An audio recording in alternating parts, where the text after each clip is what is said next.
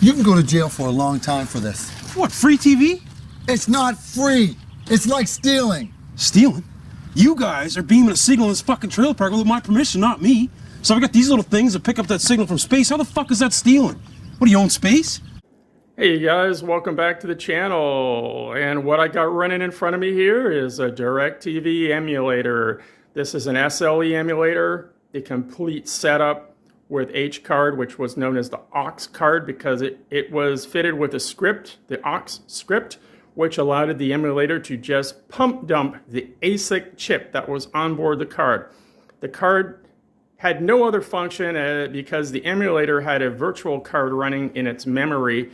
And that basically allowed destructive ECMs, which eventually came through with the Black Sunday ECM, could not damage the card itself. It only affected the virtual card, which immediately would have reset itself and reloaded, and you would have not even lost TV that night. That Sunday night, according to Wired magazine, destroyed over 100,000 of these H cards that were out there that were hacked.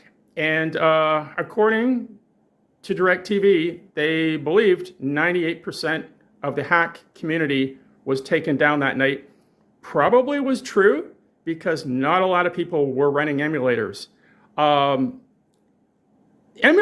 were quite complex to set up. First of all, you had to modify your receiver. Basically, you use something called a Zapulator, which was a TTL to RS-232 interface. And there is the schematic for it right there. Not very complex, but basically a lot of people use the telephone jack on the back of their receiver to plug into. And that was just wired to the card slot. This receiver no longer has a card slot. It was through the back right there. It's missing on this receiver, but the telephone jack allowed you to just unplug your emulator and put your card straight in if you wanted to run it straight in the receiver again. But most people who used an emulator didn't want to do that. So basically from here, you had RS-232 going to a computer that was a 286, 386, 486, maybe a Pentium 1 at that time. This is a 486, this computer here, an old Patriot, which has an IBM CPU inside it, and two RS-232 ports on the back. This one here is coming from the receiver, and this one here was looped back around, and inside the computer, the H card was just conveniently located inside, probably inside the drive bays. And you can see there it's actually getting power. It was wired in to get 12 volts to run. The card reader, which is the White Viper, also known as a Phoenix. Somebody mentioned that in the comments in my last video. That is true. So we're going to actually start this up. This computer has some issues because the BIOS battery is dead. And we'll get into that momentarily, guys. So stick around. This should be interesting. And we will continue. This is not my last video doing satellite hacking. We will continue with the history of FTA next in my next video, and then we will do IKS and Fusion, and that will take us up to around 2008, and that's where we will leave it to be. Okay, guys, stick around. Look, if these satellite dishes aren't down in 10 minutes, I have no choice but to call the cops. Ricky, get the dishes off my roof. Listen, man, I just got out of jail. Don't be calling the Dino, cops. take them down now. Ricky, get the dishes off my roof. Dino, call Mr. Slade. Really cool photo I found online of a guy that had 3 emulators running at the same time in his house, three receivers in his house. Pretty cool, the lengths people went to, but you had to back in those days. If you were not running an emulator, you found out the hard way. Now, why people were running emulators and why they knew about it? Well, it was due to the introduction of dynamic code. DirecTV started to do multiple updates very quickly, and there was always a little bit of extra code in there that didn't make any sense, but it made sense on the last update they did, and it was all, it was dynamic. And all the pieces fell into place, and we knew what was coming. So I advised everybody I knew, run an emulator, but a lot of people didn't because it was complex. You had a lot to set up here and maintain, but eventually it became the norm. After the Black Sunday ECM, everybody wanted an emulator. So anyways, this was an emu that I had running back in the day. It actually survived the Black Sunday ECM. And I found this floppy in it, which says CEMU on it, 2700. That was a Dish Network emulator, so that was probably later on. But definitely this was used for DirecTV, and I have put SEL on that disk and made it bootable. And believe it or not, I had to Google how to make a floppy disk MS-DOS bootable because I totally forgot. Yeah, you know, you can't remember everything, but this is MS-DOS this thing is running on. So it goes back a long time. Now, this computer has a little issue with the BIOS battery. Those of you that say, well, why don't you just change the battery? Well, you can't because it's using one of these. Remember the Dallas chip? The real-time clock, RTC. But look at the date code on it, 87? 12/8/87. So it's like December 8th, 87. So that chip, which is removable, yeah, it looks like it's in a socket. It is a RAM chip. It's volatile memory, and it had, I believe, that's a lithium battery on the top.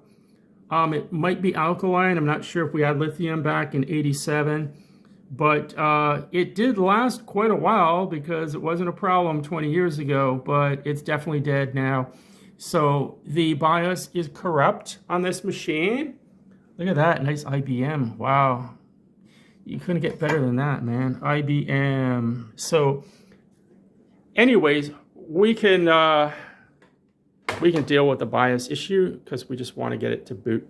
So what we're going to do is we are going to start, and it's going to boot up, and we will see momentarily the blue lightning, IBM. Wow. From 1994, I remember purchasing this computer around 1995 for my security company business I had at that time. So here we go, guys. It is booting up. Look at that. We have 640K of base memory, and then we have some extended memory. Commodore 64. I actually had an Atari 800 XL before this, so I was an Atari guy back in the day. Look at that, 66 megahertz processor. Wow, incredibly fast. But you know what? I did a lot of stuff with this computer back in the day. It actually got me on the internet. This computer had a modem in it, and I remember turning it on for the first time and thinking, I want to go as far as possible as I can go on the internet, and that was in 1996. And I went to Auckland, New Zealand, to a university there. I think it was the University of New Zealand. And I got into the faculty directory and was looking up professors there, which was really incredible to me because in those days, there was no other way to do that. The only way would be to phone them. So, okay, we have corrupt values. So, continue with corrupt values. I'm just going to continue with corrupt values. Continue. System setup. Okay. Restore settings.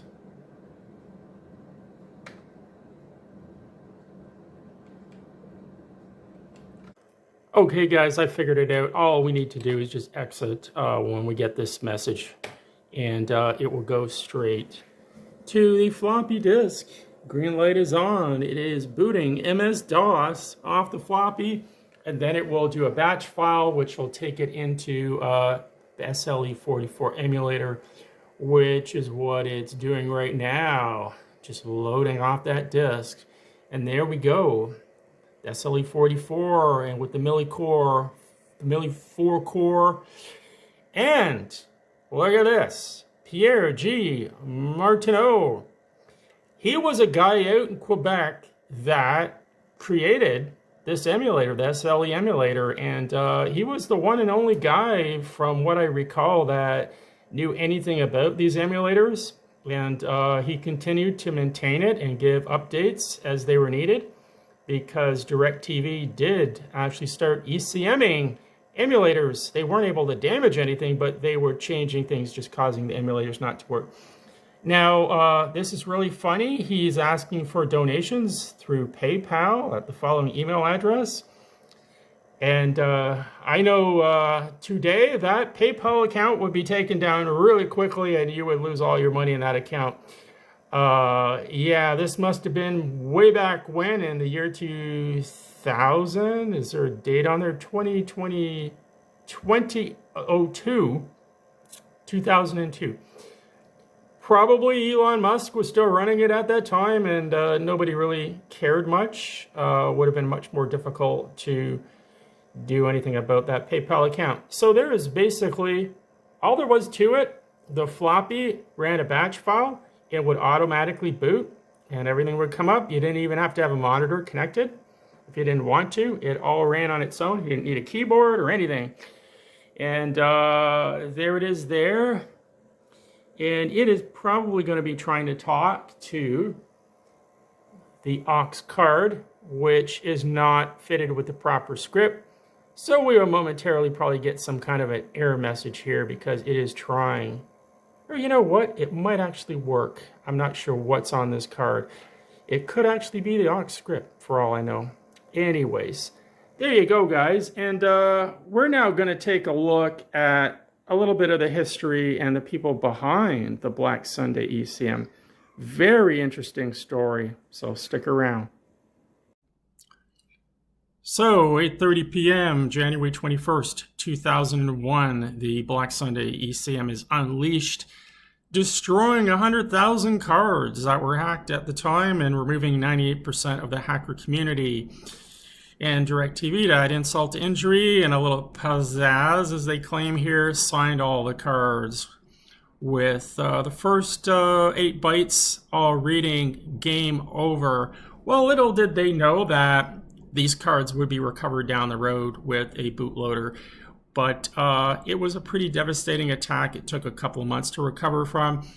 And wasn't known for about 8 years until Wired magazine exposed Christopher Tarnowski as the mastermind behind the epic Black Sunday attack.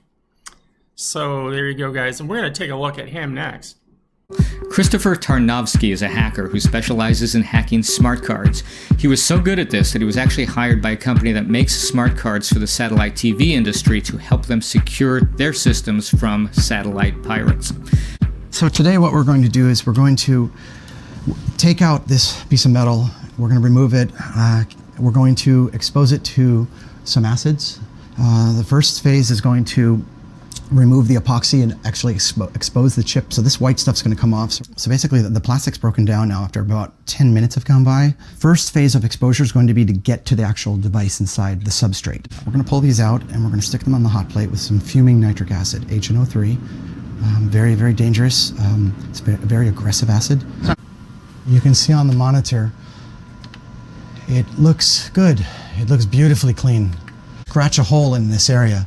And I really don't need to open the whole area, but I basically want to touch this middle area where their data bus is and the side where there's a control line that I'm after.